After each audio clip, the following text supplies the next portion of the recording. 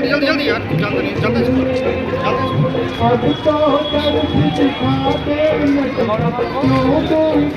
जल्दी जल्दी छोड़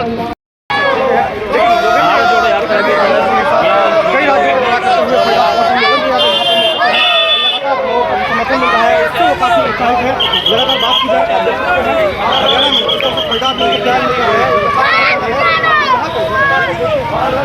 बहुत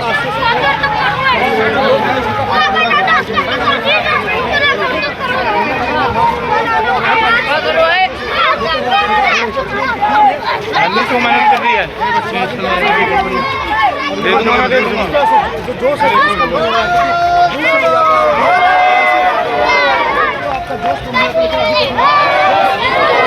हट जा।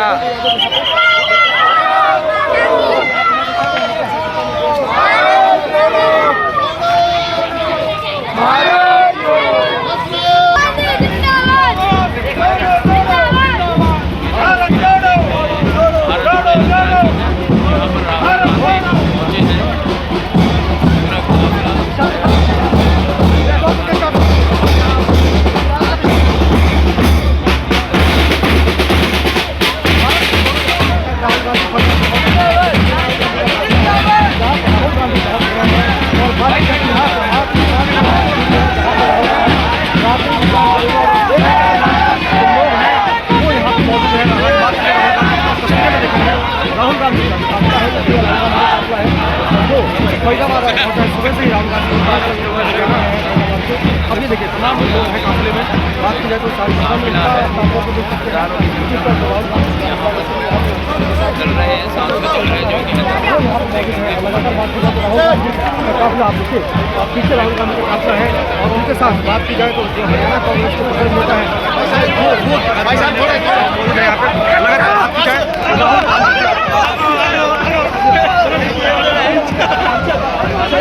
तस्वीरों में राहुल आजा भाई आजा।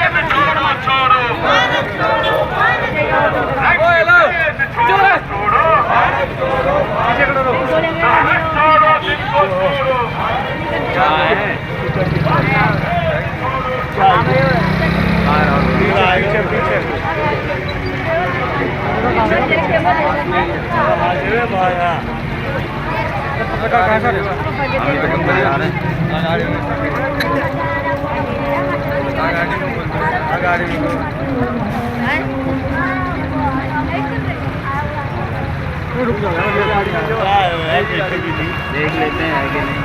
अरे अभी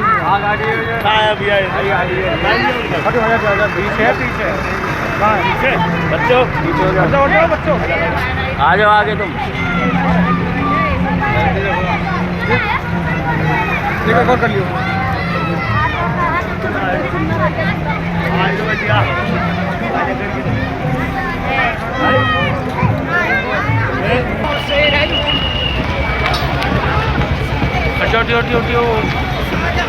हटो हटो हटो हटो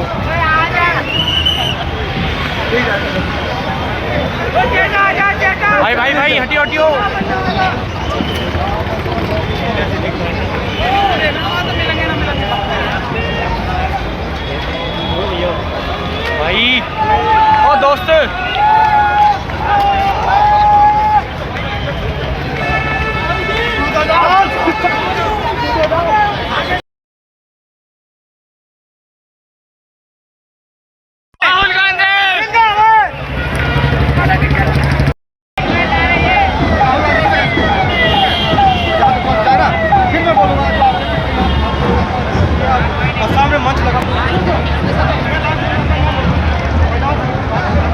सुबह से ही मैदान में है, अलग अलग जगह जा रहे हैं राहुल गांधी। यहाँ पे नहीं है और सब देखने राहुल गांधी है, तो कहीं ना कहीं कह सकते हैं भारतीय जनता पार्टी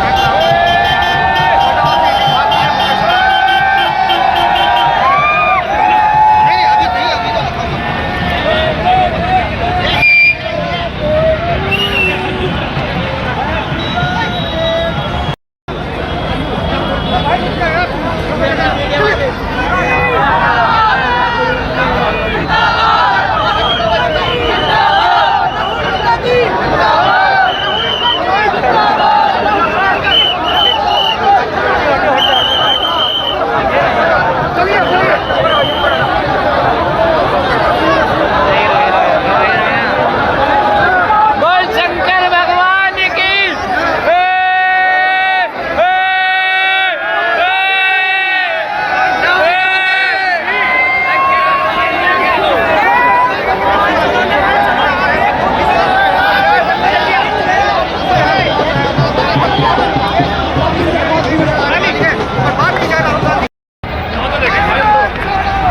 देखेंगे भाई कहाँ गो भैया, ये आओ भैया, आगे आगे राहुल गांधी।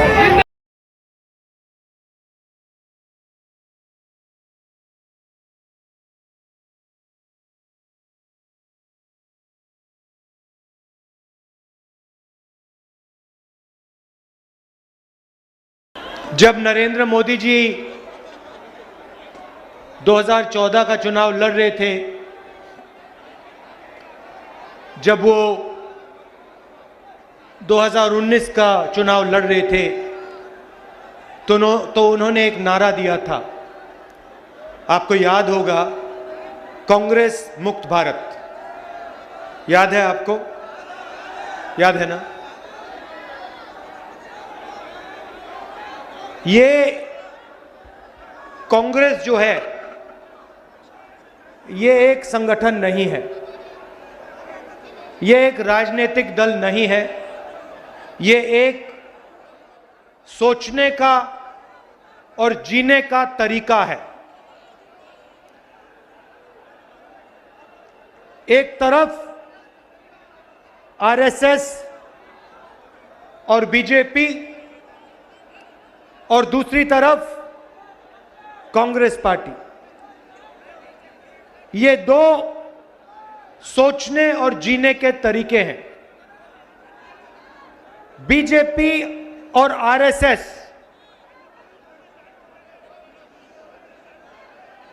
नफरत की बाजार, कांग्रेस मोहब्बत की दुकान, उसी नफरत की बाजार में। तो नरेंद्र मोदी जी अपने संगठन को समझ लिए, नफरत, हिंसा और डर जो आरएसएस और बीजेपी के लोग फैलाते हैं, उसको नरेंद्र मोदी जी समझ गए। मगर कांग्रेस पार्टी को, कांग्रेस की सोच को, कांग्रेस की विचारधारा को नरेंद्र मोदी नहीं समझ पाए, क्योंकि इस देश से मोहब्बत को कोई भी नहीं मिटा सकता। ये हजारों साल से कोशिश कर रहे हैं। भाई और बहनों, ये लड़ाई नई नहीं है। ये मत सोचिए कि कांग्रेस पार्टी और बीजेपी के बीच में लड़ाई चल रही है ना। ये इस धरती पर हजारों सालों से यही लड़ाई चल रही है।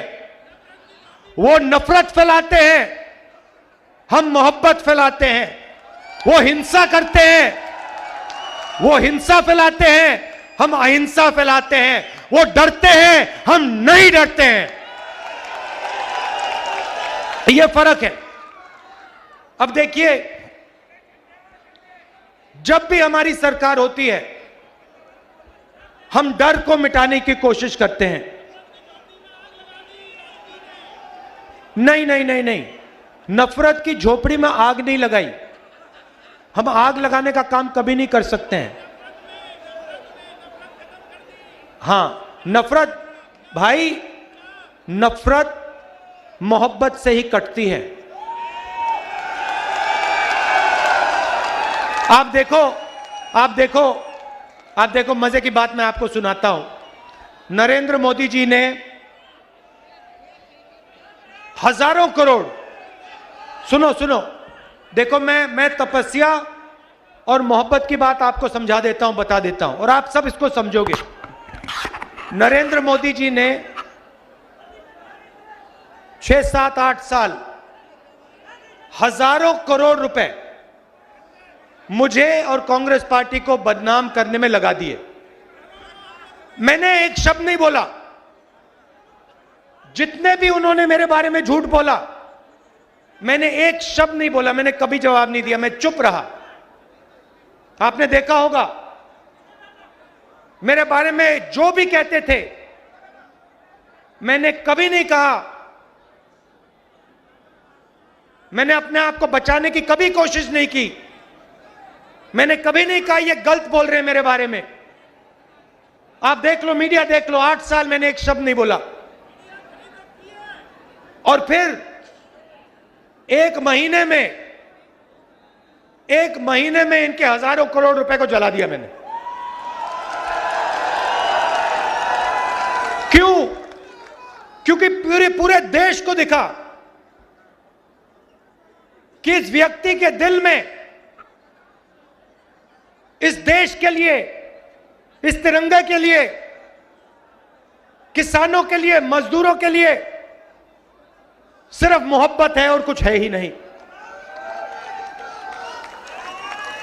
उन्होंने पहले कहा कि यह यात्रा 2-3 दिन चलेगी। हम कन्याकुमारी से निकले, मैंने कहा, प्रेस के मित्रों कहा, मगर ये मित्रों का काम नहीं करते हमारे साथ।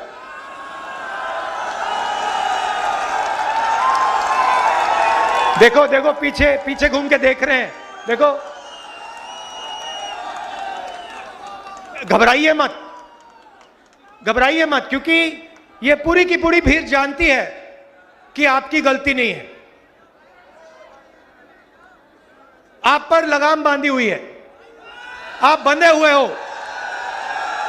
आपकी गलती नहीं, हम समझते हैं, आपकी मजबूरी है। आपको बच्चों को खाना खिलाना है, आपको तनख्वाह लेनी है, आपको भी जीना है, तो हम आपके खिलाफ नहीं हैं। मगर थोड़ा सा टीवी पे यात्रा भी दिखा दिया करो। अच्छा, 24 घंटे नहीं, 24 आवर्स न्यूज नहीं, 2-3 मिनट तो दिखा दिया करो। हिंदुस्तान की जनता क्या कह रही है, थोड़ा दिखा दो। आप 24 घंटा अंबानी जी और अदानी जी की बात रखते हो, जनता की भी रख दो 2 मिनट।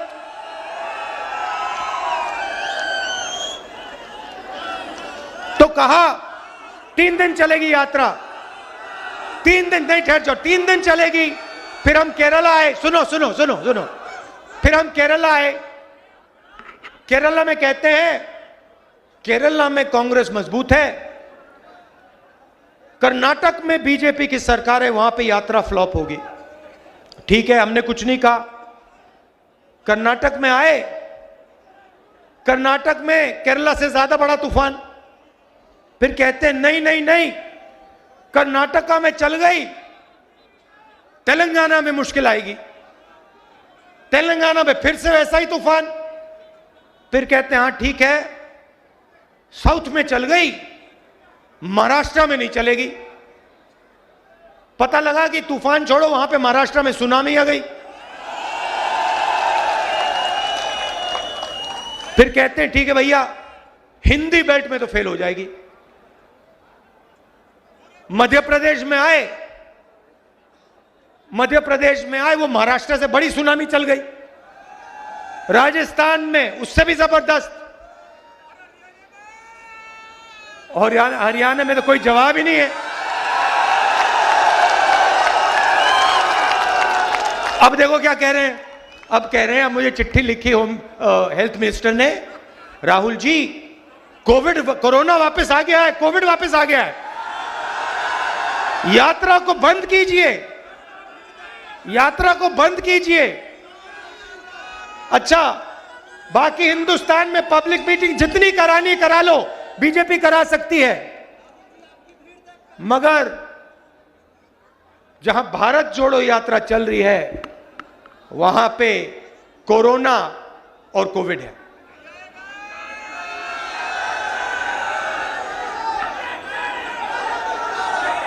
ये देखिए, ये कांग्रेस पार्टी की, हुड्डा जी ने कहा आने वाला समय कांग्रेस पार्टी का है, मैं उसको थोड़ा बदलना चाहता हूं। ये जो कांग्रेस पार्टी है, ये आपका औजार है, ये आपका हथियार है। किसका? किसानों का, मजदूरों का, छोटे व्यापारियों का, युवाओं का, ये उनका हथियार है। तो आने वाला समय कांग्रेस पार्टी का नहीं होगा, आने वाला समय हरियाणा की जनता का, किसान का, मजदूर का होगा। जरूर कांग्रेस पार्टी आपके साथ खड़ी होगी, मगर समय कांग्रेस पार्टी का नहीं, आपका होगा।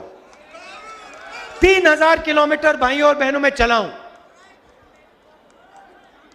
बारिश में, गर्मी में, सर्दी में, हजारों लोगों से बात की है, किसानों से, मजदूरों से, युवाओं से। युवाओं से पूछता हूं, क्या पढ़ा तुमने? कहते हैं इंजीनियरिंग की, कोई कहता है डॉक्टर बनना चाहता हूं, कोई कहता है मैंने आईएएस की तैयारी की। फिर मैं पूछता हूं, इंजीनियर बनना था, अब क्या कर रहे हो? कहते हैं पकोड़े तल रहे हैं, पकोड़े तल रहे हैं, मिर्ची के पकोड़े, प्याज के पकोड़े। उबर गाड़ी चला रहे हैं, मजदूरी कर रहे हैं, और जो मजदूरी उबर नहीं चला रहे हैं, मजदूरी नहीं कर रहे हैं, वो कहते हैं हम तो बेरोजगार हैं।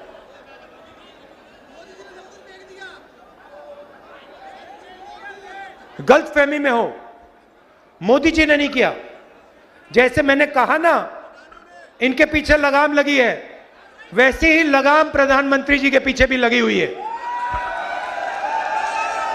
सरकार नरेंद्र मोदी की नहीं है, गलतफहमी में मत रहिए।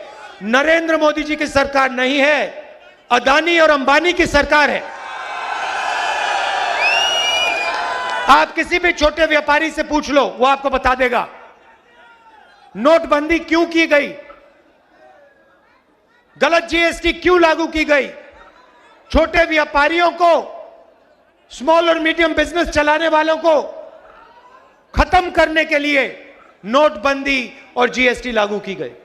और यहां पे आपको फरीदाबाद में सबसे बेहतर मालूम है, क्या सपना देखा था आपने, क्या सपना देखा था मैन्युफैक्चरिंग सेंटर का, चाइना के साथ कंपटीशन का सपना आपने देखा, सारा का सारा बर्बाद हो गया, खत्म हो गया। यह आपकी सच्चाई है। सपना क्या था? आज आप अपने जूते के नीचे देखो, मेड इन चाइना, शर्ट के पीछे देखो, मेड इन चाइना। सपना यह था जब चाइना का कोई युवा बीजिंग की दुकान में जाके शर्ट खरीदे उसके पीछे लिखा हो मेड इन फरीदाबाद। वो पूछे भैया ये फरीदाबाद क्या है, ये कौन सी जगह है? ये था सपना आपका, और यही सपना हमें पूरा करना है, क्योंकि अंत में भाइयों और बहनों, अंत में 21वीं सदी के दुनिया में हिंदुस्तान को चाइना के साथ कंपटीशन करना ही होगा और चाइना को कंपटीशन में हराना होगा। और उनको कौन हरा सकता है? उनको हिंदुस्तान के 2-3 अरबपति नहीं हरा सकते हैं। उनको हिंदुस्तान का किसान, हिंदुस्तान का छोटा व्यापारी, हिंदुस्तान का युवा, हिंदुस्तान के स्मॉल और मीडियम बिजनेस चलाने वाले लोग कंपटीशन में हरा सकते हैं, पटक सकते हैं। आजकल बीजेपी आरएसएस ने क्या किया? हिंदुस्तान को बांटने का काम किया, पूरे हिंदुस्तान में नफरत फैला दी। चलने से पहले मैंने सोचा था, कन्याकुमारी से शुरू करने से पहले मैंने सोचा था पूरे देश में नफरत है, मैं घबराया हुआ था। मगर कन्याकुमारी से जब निकला, मुझे एक बात पता लगी, नफरत नहीं है इस देश में, सिर्फ मोहब्बत है। नफरत सिर्फ मीडिया वाले दिखाते हैं, मैं बता रहा हूं। सिर्फ मीडिया वाले अपने टेलीविजन पे 24 घंटा नफरत फैलाते हैं, कहते हैं भैया देखो इसने उसको मार दिया, उसने इसको मार दिया, ये उस धर्म का है, यहां जला दिया, यहां पीट दिया, यहां काट दिया। हिंदुस्तान में ये नहीं हो रहा है।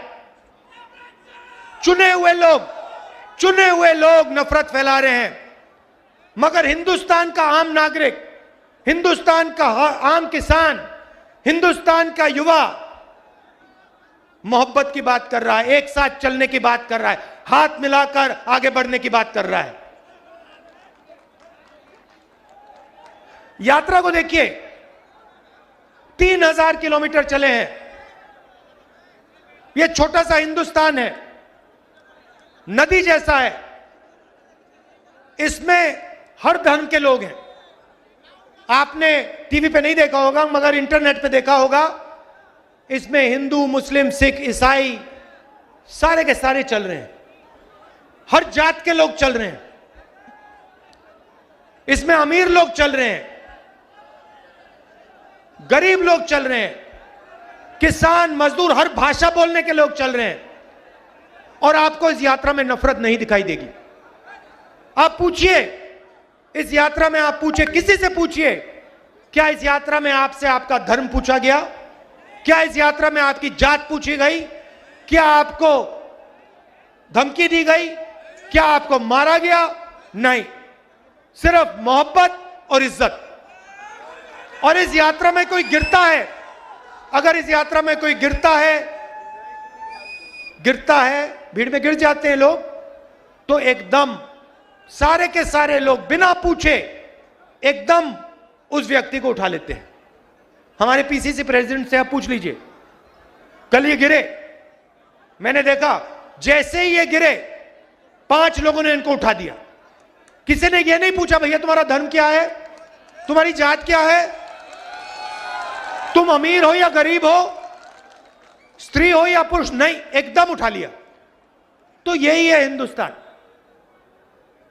ये यात्रा के अंदर हिंदुस्तान है, मोहब्बत है।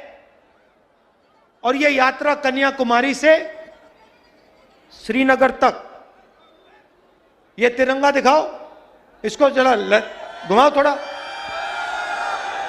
फहराओ इसको, इसको हम जाके श्रीनगर में लहराएंगे।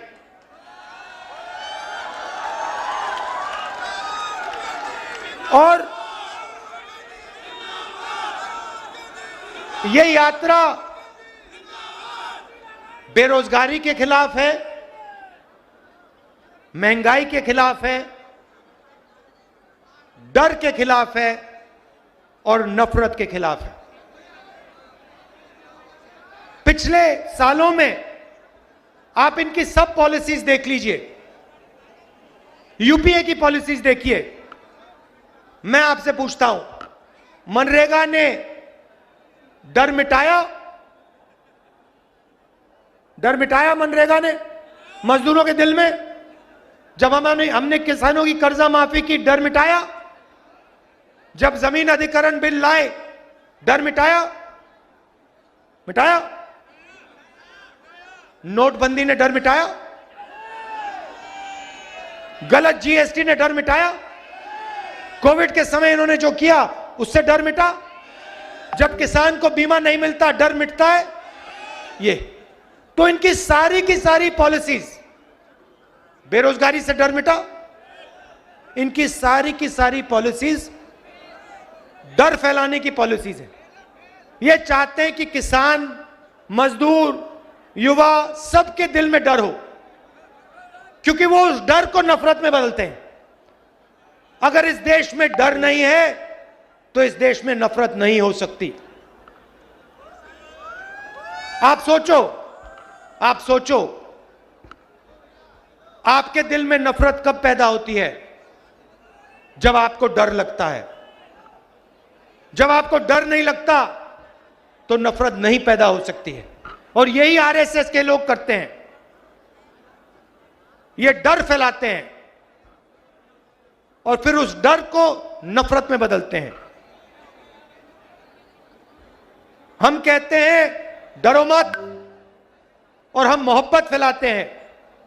हम एक हिंदुस्तानी को दूसरे हिंदुस्तानी से गले लगाते हैं। ये हमारा काम है।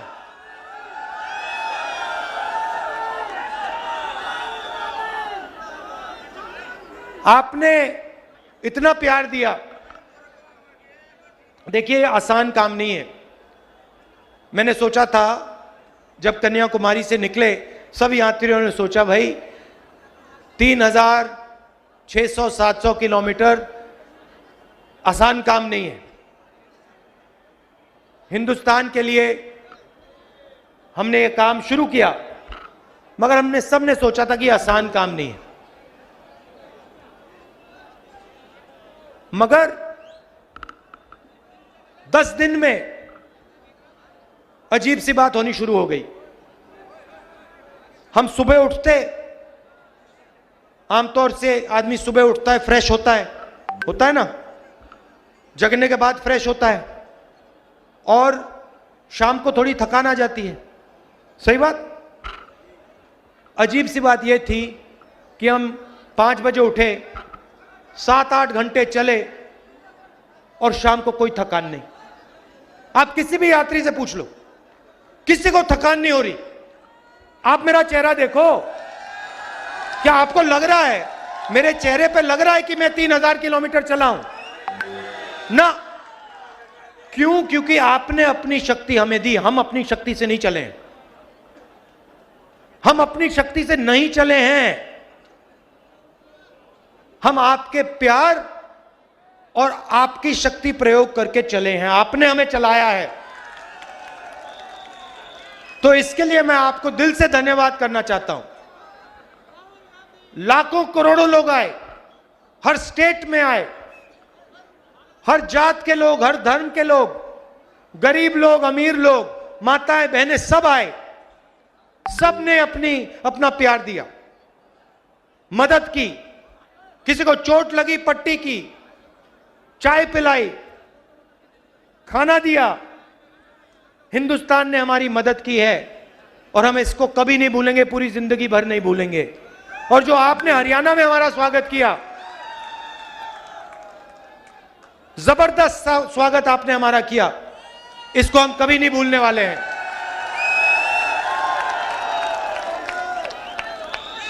तो आप अब कल सुबह हम दिल्ली में जाएंगे, मगर कुछ ही दिन बाद हम फिर से हरियाणा में आएंगे और आपके साथ 6-7 दिन चलेंगे। आप सबका फिर से बहुत बहुत धन्यवाद। आप रात के समय यहां आए, इसके लिए मैं बहुत आभारी हूं। नमस्कार, जय हिंद। अपने शहर की लेटेस्ट खबरों के लिए चैनल को सब्सक्राइब करें और बेल आइकन को दबाएं।